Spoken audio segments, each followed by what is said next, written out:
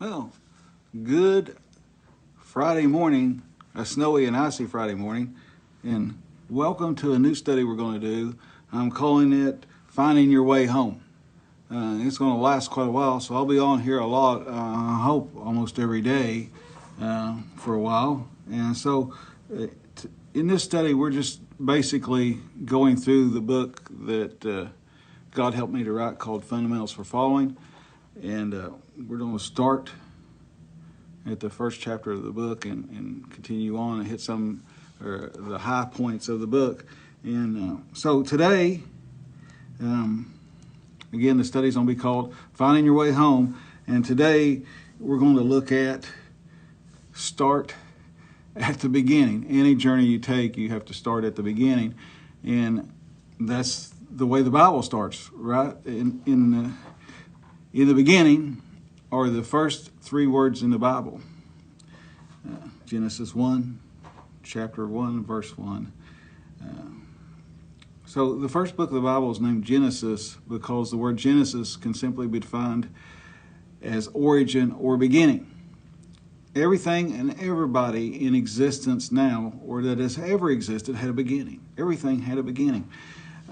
So in Genesis chapter 1, we learn at the very beginning of time, God created everything. And if you look a little deeper over in John, the book Gospel of John, the first chapter and the verse, you're going to find out that Jesus was right there at the beginning with God as he created everything. And we get a little clue of that here in Genesis chapter 1, verse 26, where it says, "Then God said, let us make man in our image, in our likeness." Let us. So that alludes to Jesus being present at creation, which is a little deep. So we're not going to talk about that too much today, but we may touch on it a little bit again later. But it's important to realize that Jesus has always existed.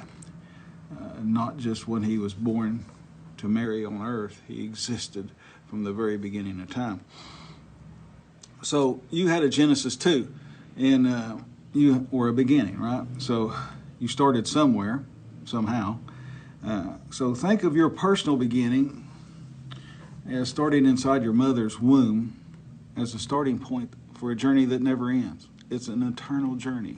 It's not just this life. Your soul lives forever. So every one of us had our first beginning in our mother's womb, our first beginning. That's where we began our life, both physically and spiritually. So there's two components of your life: the physical life, which we live, eat, breathe, sleep, right? And there's a spiritual side that we don't think about very often, or most people don't. So from our very beginning in the womb, that's where we received our soul. And God created us there as being a one-of-a-kind, 100% original creation with a soul, a spirit, meant to last forever. It will last forever.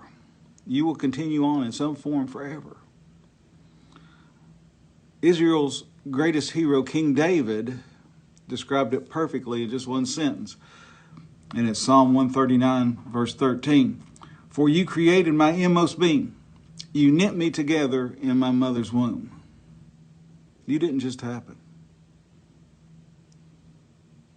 It's clear that David is teaching us that God, our Creator, begins his relationship with each one of us as he forms us in the womb. That's also where our earthly life starts. And it's also where we receive our eternal soul. But even before he began to knit us together in the womb, we had been on his mind. Before he gave us a soul, he knew of us. Let's look at what God said to Jeremiah in Jeremiah chapter 1 and verse 5. "Before I formed you in the womb, I knew you. Before you were born, I set you apart, and I appointed you a prophet to the nation." Now, you and I may not be destined to be a prophet like Jeremiah was, but we are the result of God's craftsmanship. And He knows every detail of us spiritually and physically. From the very beginning, His intention was to set us apart to be citizens of His kingdom. So that's quite a bit in a short amount of time, but that's where we want to start this thing off at. And so every journey starts at the beginning, and this is our first step today, and we'll be back again, hopefully almost every day going forward with these little short 3-minute videos, and we're just going to do a little Bible study every day, and it's a good way to start your day off, right? So be careful out there. The streets are pretty good, but sidewalks may be slippery. So, and we'll talk to you again tomorrow. God bless y'all.